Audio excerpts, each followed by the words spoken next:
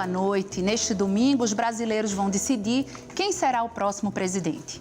Mas se não temos o resultado final das urnas, uma coisa já é certa: o país está dividido. De um lado, os que querem menos armas, prisão só em caso de crimes graves e o fim das privatizações. Do outro, armamento para todos, diminuição da maioridade penal e fortalecimento das relações diplomáticas com Israel e os Estados Unidos. Metade está com Fernando Haddad. A outra metade com Jair Bolsonaro. Somado a isso, temos agora um Congresso mais conservador e ainda não superamos uma das piores recessões econômicas da história recente. Ao mesmo tempo, as redes sociais são inundadas todos os dias por fake news, que trazem à tona muito ódio e intolerância. Como ficará a nossa jovem democracia? O Opinião Pernambuco de hoje vai discutir eleições e polarização ideológica. Para isso, convidamos Davi Moreira, cientista político, Diogo Cunha, historiador, e João Tude de Melo Neto, professor de filosofia da UFRPE. Você pode participar enviando perguntas ou comentários para o número de WhatsApp.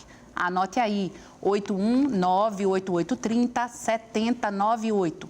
Não se esqueça de colocar seu nome e localidade onde reside no início da mensagem. Este programa também está sendo exibido pela internet no endereço fpe.br/NTVRU. Boa noite, sejam muito bem-vindos hoje aqui à Opinião. Obrigada por terem aceito o nosso convite. E eu vou começar por Davi. Boa noite, Davi. Boa noite, bom? Ana. Tudo bem? Boa noite, telespectadores. João, Diogo, boa noite. Dá para a gente datar o início dessa polarização?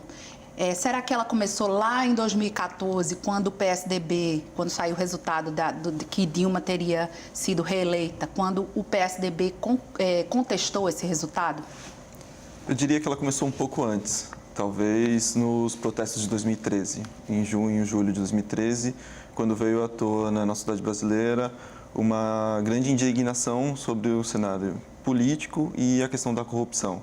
Iniciando com os protestos em São Paulo, vinculado aos movimentos sociais, a forte repressão policial que aconteceu naquele momento e, a partir daí, o nascimento de grupos políticos que antes não estavam organizados e hoje fazem parte da política nacional, como ocupando espaços nas redes sociais, ocupando espaços e assim conseguiram organizar grupos e parte da sociedade que não conseguiam canalizar suas ansiedades naquele momento.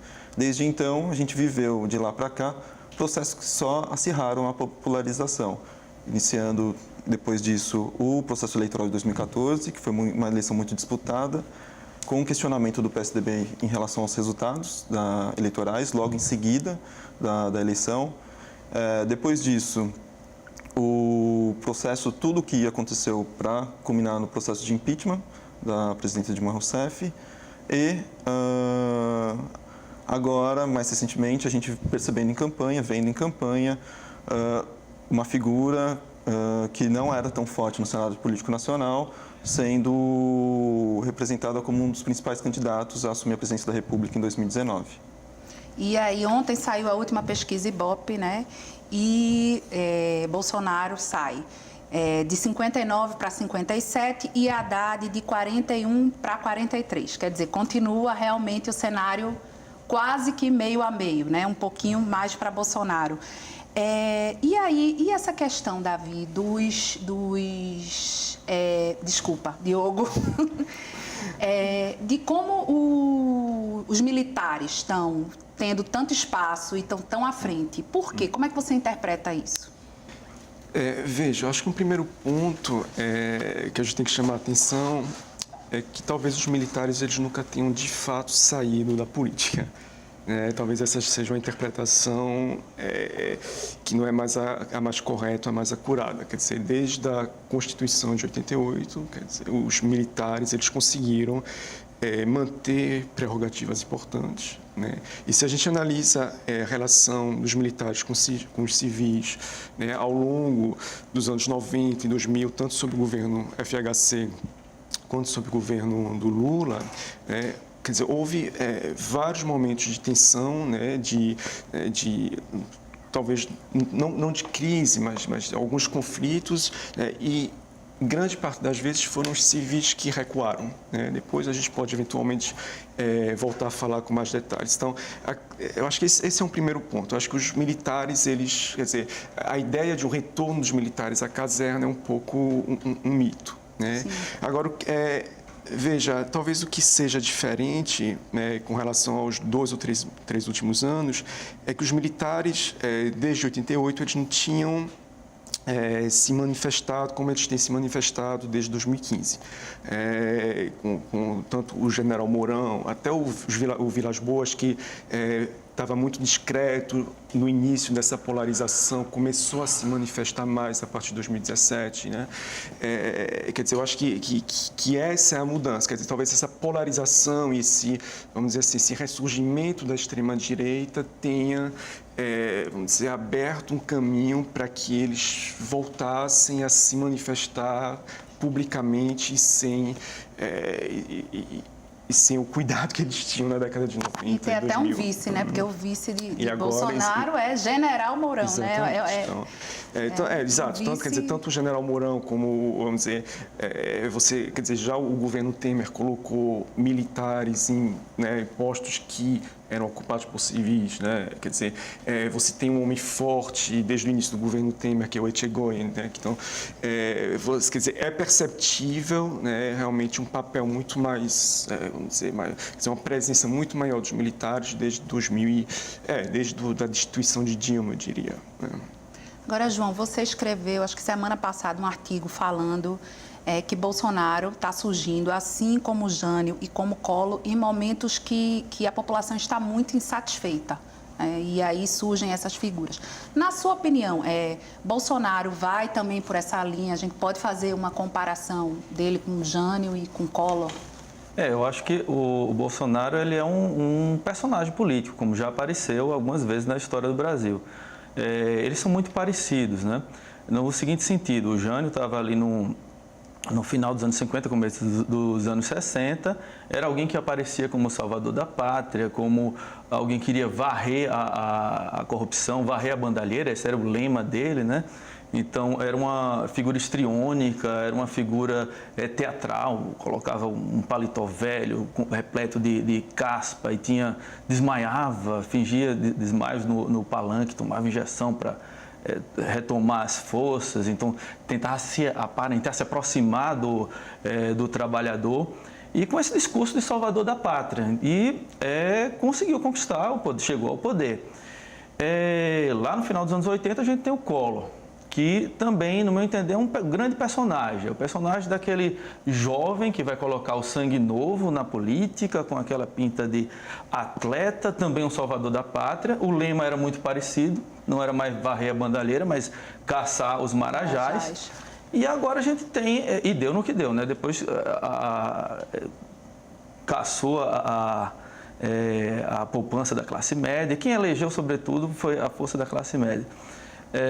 E agora a gente tem o Bolsonaro, que é a figura daquele militar disciplinador, o arquétipo do Caxias. O Caxias é um arquétipo que está na mentalidade da população brasileira, aquele que anda sempre na linha, que ordena, e quem é o Caxias é o patrono das Forças Armadas, que colocou ordem, entre aspas, na Guerra do Paraguai. E esse arquétipo é utilizado por essa figura.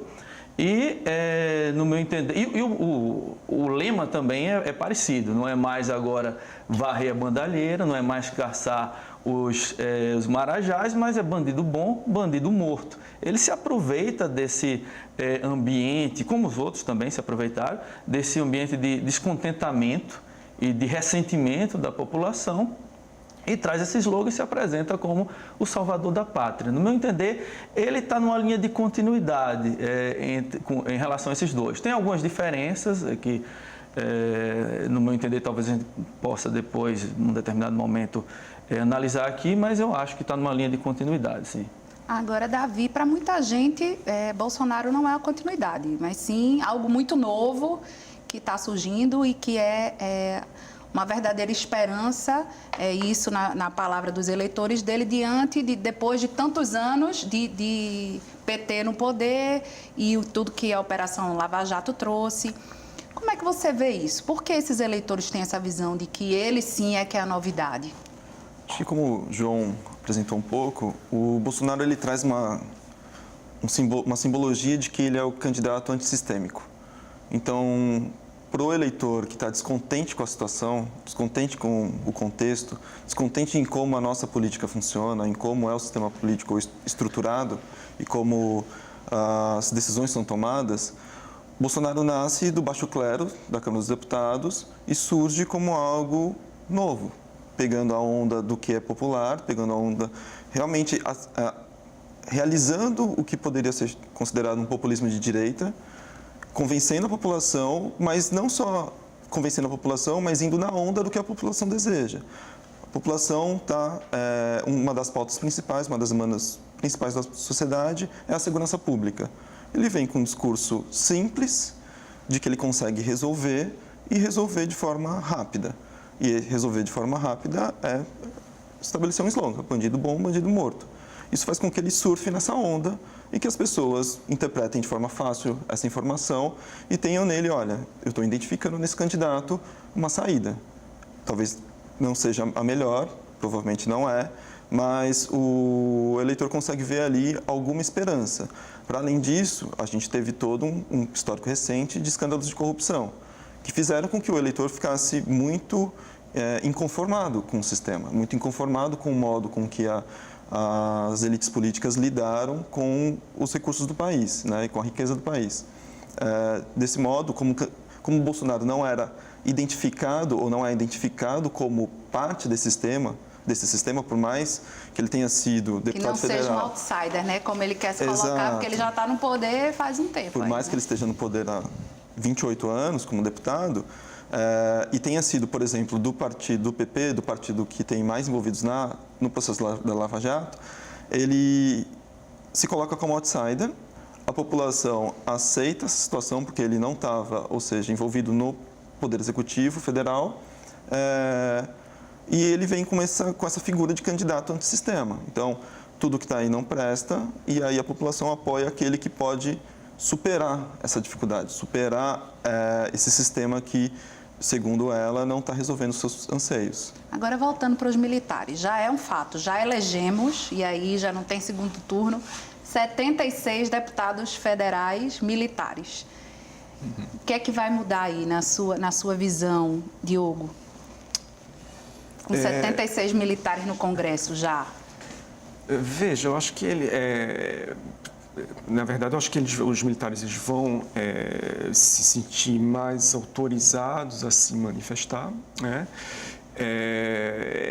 O que eu acho que não é algo tão bom para a democracia, para o regime democrático, né? Eu acho que o que pode acontecer... Quer dizer, eu não acho que você tem uma certa visão apocalíptica que pode, né, vir necessariamente um golpe. Quer dizer, eu acho que isso é pouco provável que aconteça, né, dessa forma. Porque eu acho que um golpe militar, vamos dizer, aos moldes antigos dos anos 60, com realmente um golpe, uma dissolução de Congresso. Isso eu acho que é praticamente nula a chance disso acontecer, né? Bom, nula, não sei, é muito difícil prever, mas acho que muito pouco provável. Assim. Agora, eu acho que o que pode acontecer com a eleição do Bolsonaro é esse movimento que a gente está vendo desde 2015 ou acho 2016, né, dos militares, né, se manifestarem de uma forma cada vez mais aberta, isso, vamos dizer, ser potencializado, eles se sentirem mais ainda autorizados a intervir,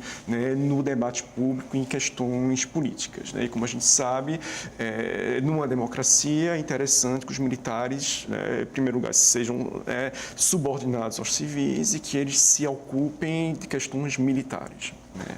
Vamos para um rápido intervalo. Vamos para um curto intervalo, hoje com debate sobre eleições e polarização ideológica. Voltamos já.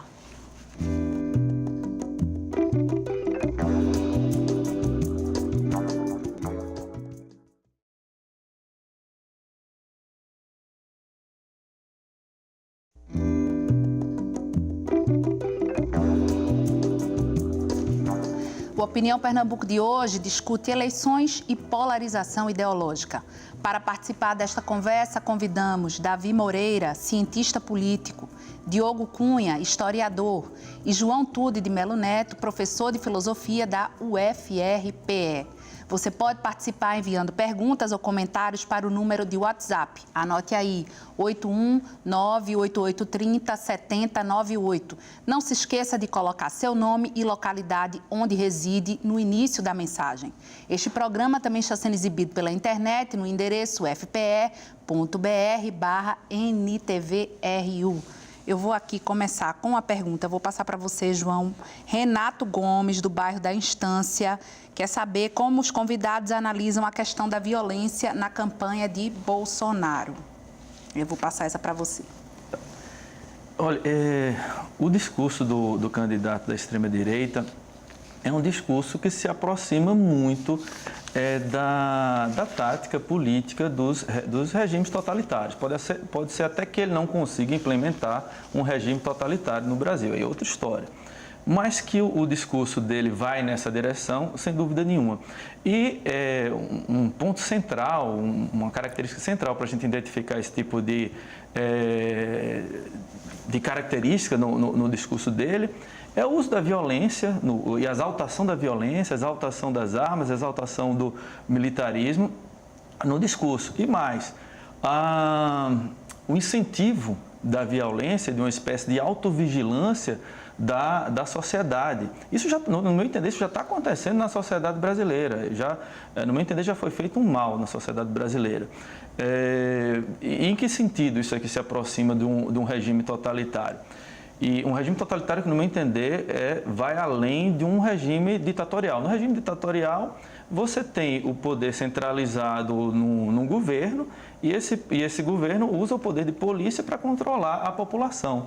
No regime totalitário, essa violência, essa vigilância, ela se espraia pela sociedade e a sociedade passa a se autovigiar. Então, é um clima de violência, de paranoia. A gente não sabe o que pode falar, aonde falar, a gente desconfia do vizinho, desconfia do parente. Então, no meu entender, a violência é uma espécie de matéria-prima a partir da qual, primeiro, ele cresceu politicamente com esse discurso da violência, tomando por base o ressentimento da população, porque a população ela sofre violência e quer se vingar dessa violência. Chega alguém dizendo que ele pode portar uma arma e se vingar, então ele cresce politicamente a partir da violência. Esse é um ponto. E segundo, a violência, além de ser o ponto de partida da ascensão política do candidato, ela também se caracteriza como essa ferramenta de controle ou de autocontrole da sociedade. A gente vê espécie de grupos de jovens fazendo uma certa vigilância, muito parecido com os regimes totalitários que a gente já viu ao longo da história. Na Itália, os camisas negras, na Alemanha, os capacetes de aço. Então, é algo essencial da política desse candidato da extrema-direita, no meu entender. Agora, Davi, você queria comentar, a gente estava aqui no intervalo falando, queria comentar o resultado da pesquisa de ontem, que teve uma leve descida de Bolsonaro e também uma leve subida de Haddad. Isso mostra alguma coisa dos últimos acontecimentos? Dá para a gente já fazer uma análise? Nesse segundo turno, a gente tem, infelizmente, um contexto no qual, de um lado, o candidato tem disposição para fazer política, né? O Fernando Haddad aparece, está nos programas, está na TV, está no debate público, se mostra, de algum modo, interessado em construção de alianças e destaca as características do seu opositor, do Jair Bolsonaro, especialmente o quão antidemocrático ele se posiciona e como ele ressalta o discurso da violência e do ódio na sua plataforma, né? No seu, digamos assim, no seu programa, no seu comportamento. Ele faz isso via mídias sociais, via redes sociais, e Fernando Haddad também usa na sua campanha redes sociais, mas está mais à disposição da população. Isso fez com que a gente tivesse, ao invés de um debate de ideias, a dificuldade de comparação entre os dois. Porém, conforme o tempo foi passando, uma vez que a gente saiu de uma eleição de primeiro turno com muitos candidatos, e no segundo turno o eleitor pode selecionar entre os dois, a diferença entre eles vem se tornando cada vez mais evidente. Então, Fernando Haddad ressalta a característica do seu opositor de ser antidemocrático, de questionar as instituições da democracia, de exaltar a violência e de promover essa violência, tanto de um lado atacando as instituições e dizendo que ele talvez as use, se for necessário, como, por exemplo, em declarações recentes, se não me engano, não sei se foi hoje ou foi ontem, sobre coitadismos de grupos menores na população. Então, coitadismo de nordestinos, de negros, de homossexuais. Isso se torna evidente. A nossa população não é uma sociedade violenta, no sentido de queremos pegar em armas. Você não vê isso na sociedade, queremos pegar em armas para resolver o problema da população. Pelo contrário, a gente tem uma imagem de país, de sociedade muito pacífica. E isso vem se tornando cada vez mais óbvio para a população de que, de um lado, você tem um candidato que está exaltando essa violência e que isso pode se tornar um absurdo, e, de outro, um candidato que pretende manter os valores democráticos e aceita, inclusive, na sua aliança, críticas, né? Críticas publicamente exaltadas, sem problema algum, ou seja, aberto ao diálogo, aberto ao debate. E eu acho que essa pesquisa mais recente talvez reverbere um pouco isso. Você, analisando mais a fundo os dados da pesquisa, você tem informações, por exemplo, de que Bolsonaro tem perdido votos entre os evangélicos, porque exaltar a violência, começou a se perceber que exaltar a violência é totalmente contra valores cristãos. Embora que os evangélicos fizeram um papel aí bem importante no primeiro turno para ele, né? Já está começando essa diferença. Agora... Podia só, sobre a questão da violência... Ainda, né? Ainda, já que é tão importante nessa campanha, né? Só queria... Quando a gente coloca em perspectiva histórica, eu acho que a gente tem aí, com o Bolsonaro, uma ruptura importante. Quer dizer, veja só, mesmo nos nossos regimes autoritários, como a ditadura militar, por exemplo, eles não exaltavam a violência. Por mais violento que tenha sido, né, por mais que eles tenham recorrido à tortura, tenham sido autoritários, o discurso não era o da violência, né? Então, a gente teve um golpe, né, que foi justificado como, né, uma revolução em defesa da democracia, dos valores cristãos. A gente teve uma propaganda política durante a ditadura militar que falava de paz, de amor, de união.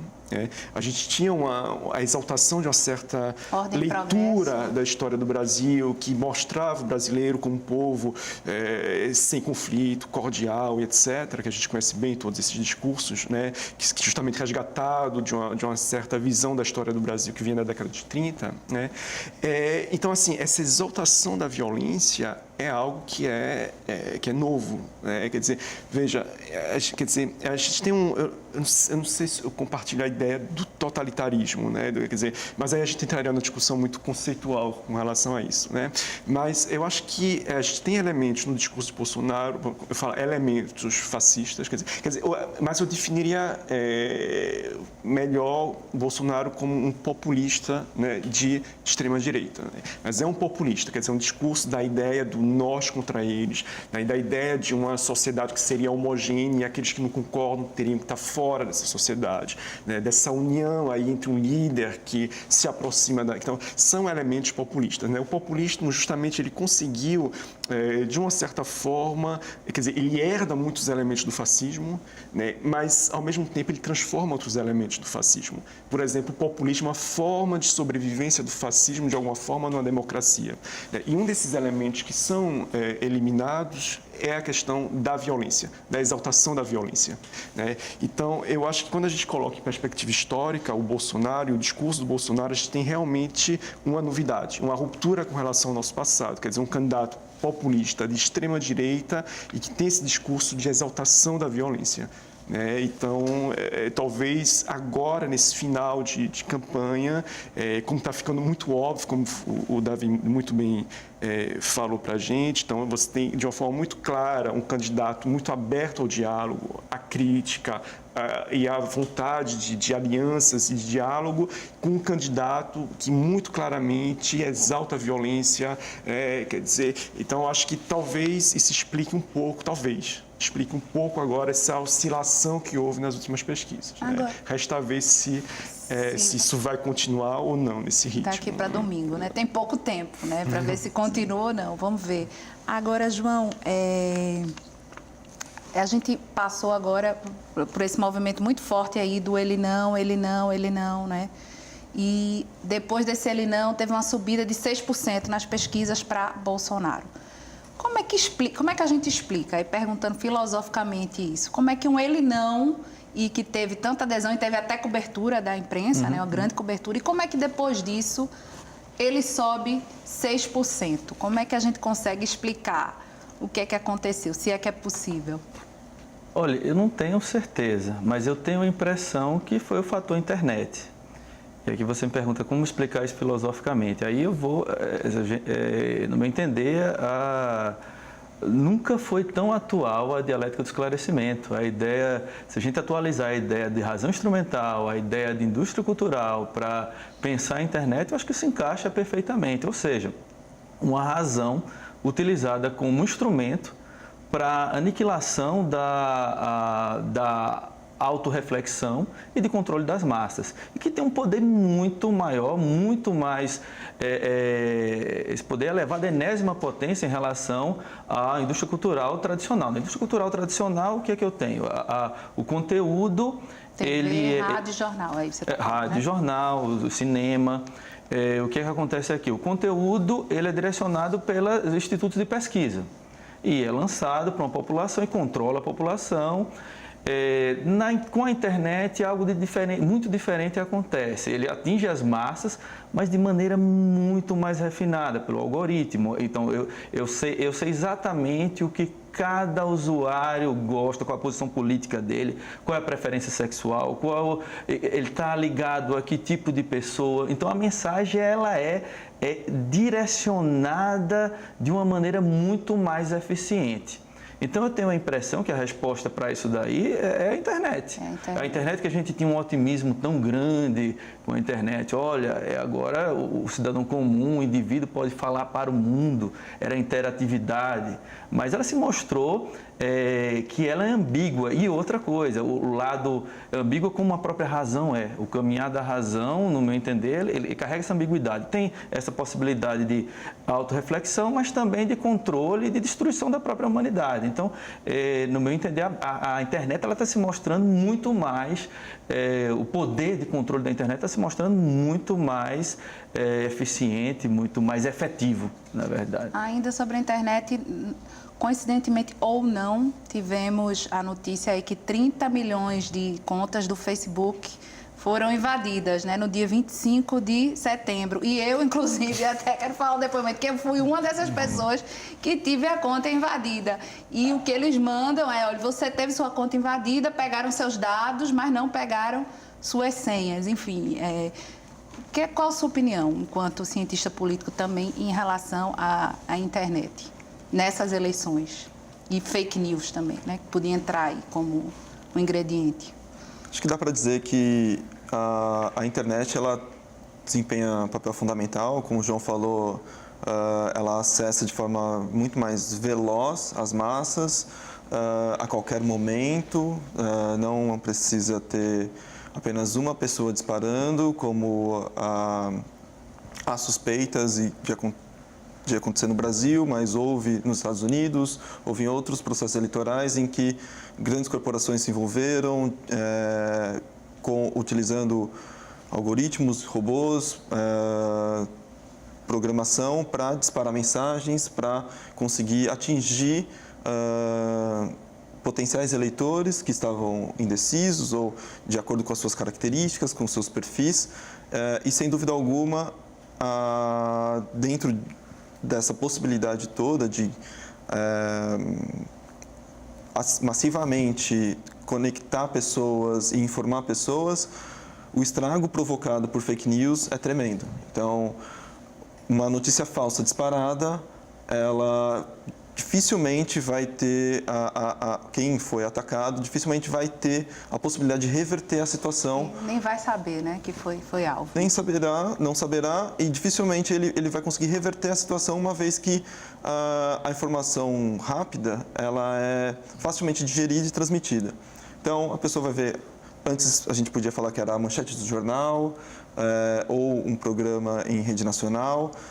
Hoje a pessoa recebe um meme, ela recebe um GIF, ela recebe um áudio breve, um vídeo breve e dispara isso e compartilha. E isso tem um impacto muito forte no comportamento e na assimilação da informação por parte da população, né? Então, com certeza tem efeito sobre a nossa eleição. A gente viu que as nossas instituições não estavam preparadas para controlar isso, não estão. Tanto é que teve essa invasão em pleno 25 de setembro, né? Quase no final. Exato, no Facebook. E para além disso, a gente tem uma conexão com relação à questão da violência. A gente tem as redes sociais como meio para promoção dessas violências, né? Então, são meios de ataque, de disputa política, de debate. Então, isso envolve fake news, isso envolve ataque pessoal mesmo e público, né, a perfis. E isso caracteriza a nossa eleição, podendo, por exemplo, induzir resultados, né, e que a gente vai conhecer no domingo. Tem uma pergunta aqui para você, mas vou ter que fazer no próximo bloco. A gente volta em poucos minutos, hoje discutindo eleições e polarização ideológica.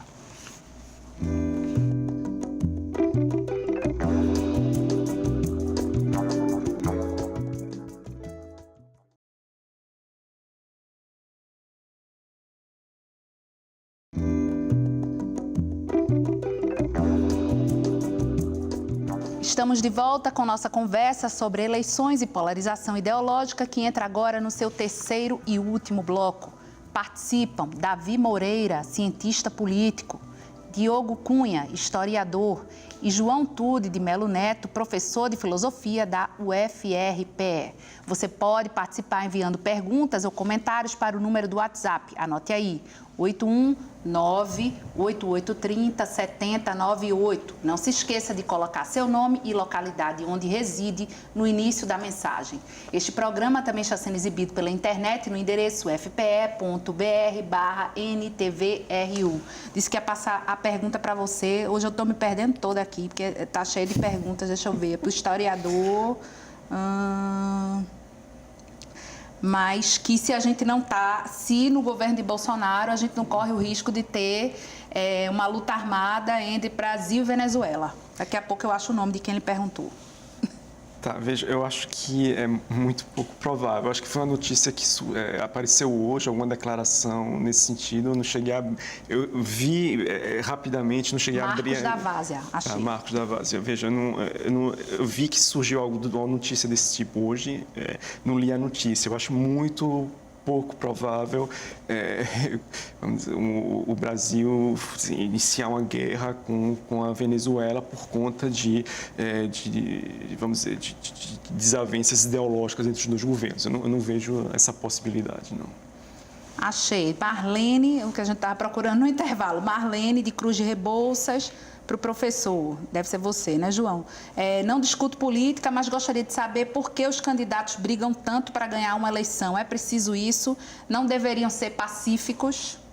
Por favor, me responda. Eu acho que sim. Eu acho que o caminho deve ser o caminho da paz, não deve ser o caminho da destruição. Mas, no meu entender, a gente tem um dos candidatos que tem como princípio ou como lema da campanha e como matéria-prima da sua política a violência, a agressão.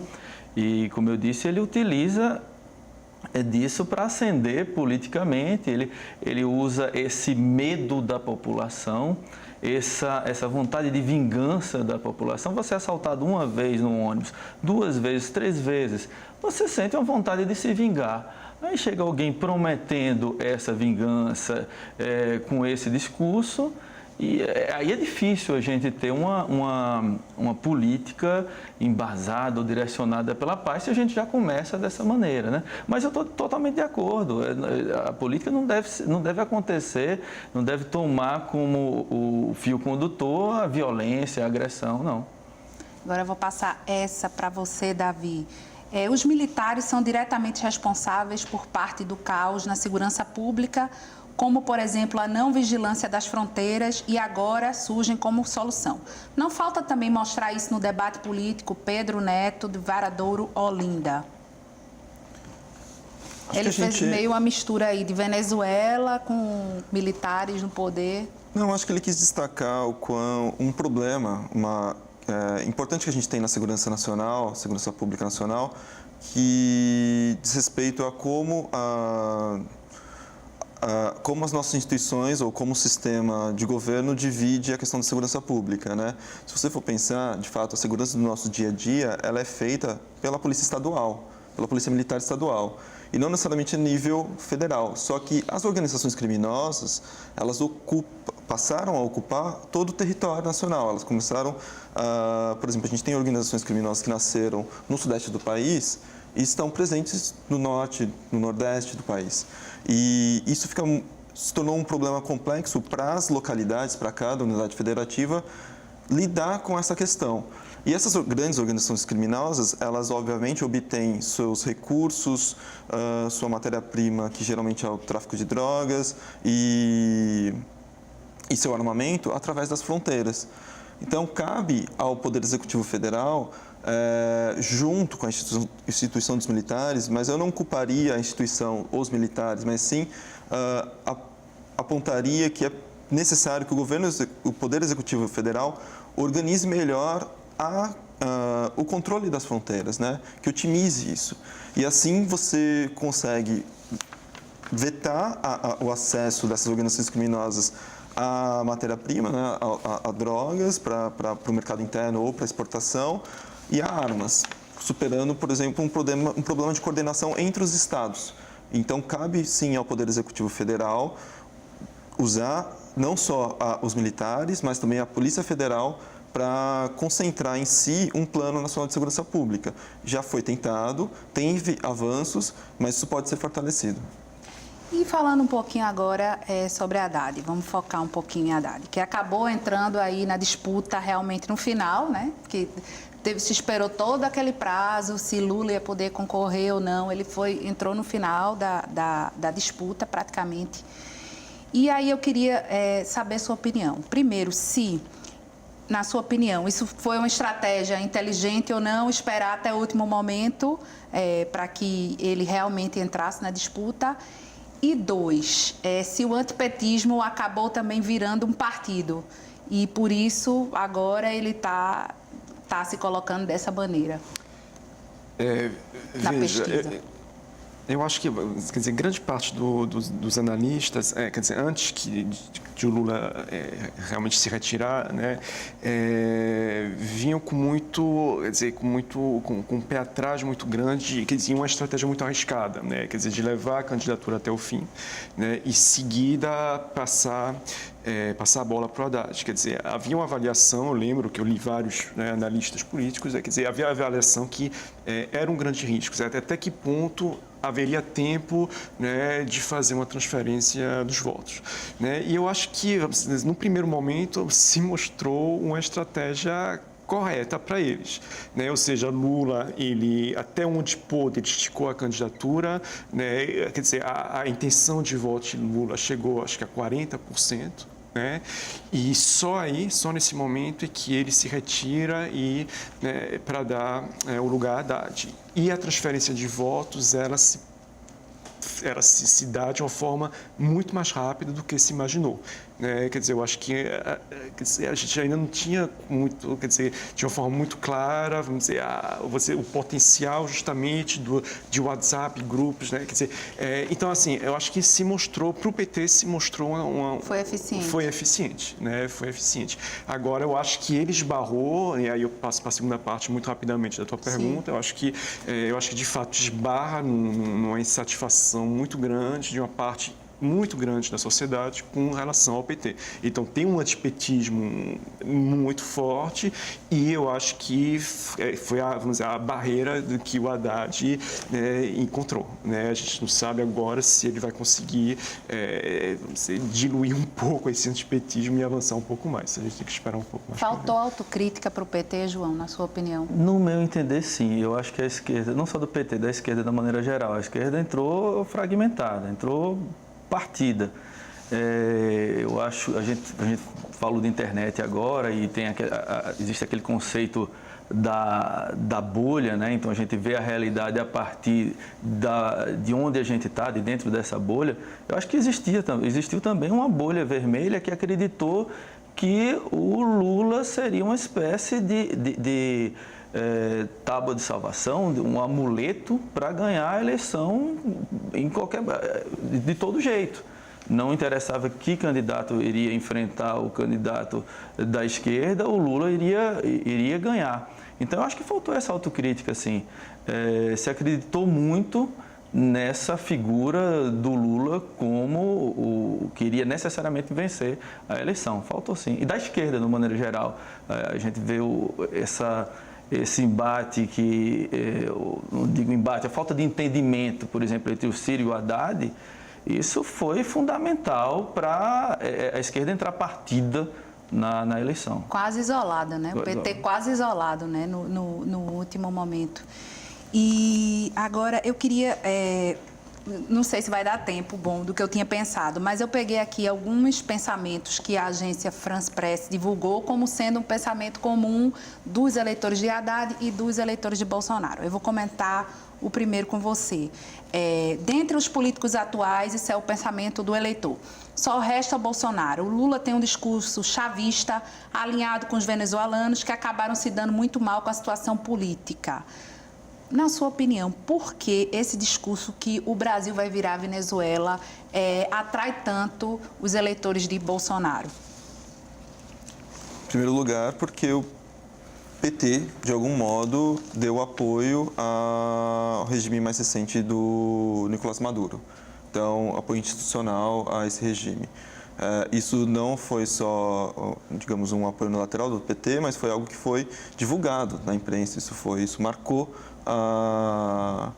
o partido, né, a legenda partidária, de alguma forma, negativamente. É curioso pensar que um eleitor do Bolsonaro tem essa visão de que é por causa do PT que o Brasil vai virar uma Venezuela, sendo que o próprio Bolsonaro foi muito apoiador do regime chavista e dos métodos empregados por esse regime para transformar a Venezuela no que ela é hoje. Então, apesar do Bolsonaro ter sido apoiador do regime, não está marcado nele, na imagem dele, no simbolismo dele, esse apoio. E ficou totalmente dedicado ao PT. Ao PT. Por ter ficou feito do isso. outro lado. Também outra ideia. Bolsonaro é a favor de castrar os estupradores e militarizar as escolas, de que os professores sejam mais respeitados, de que não sejam atacados dentro da sala de aula. Bolsonaro é o voto, isso eu fiz essa pergunta lá no primeiro turno em outro debate, Bolsonaro é o voto do ressentimento?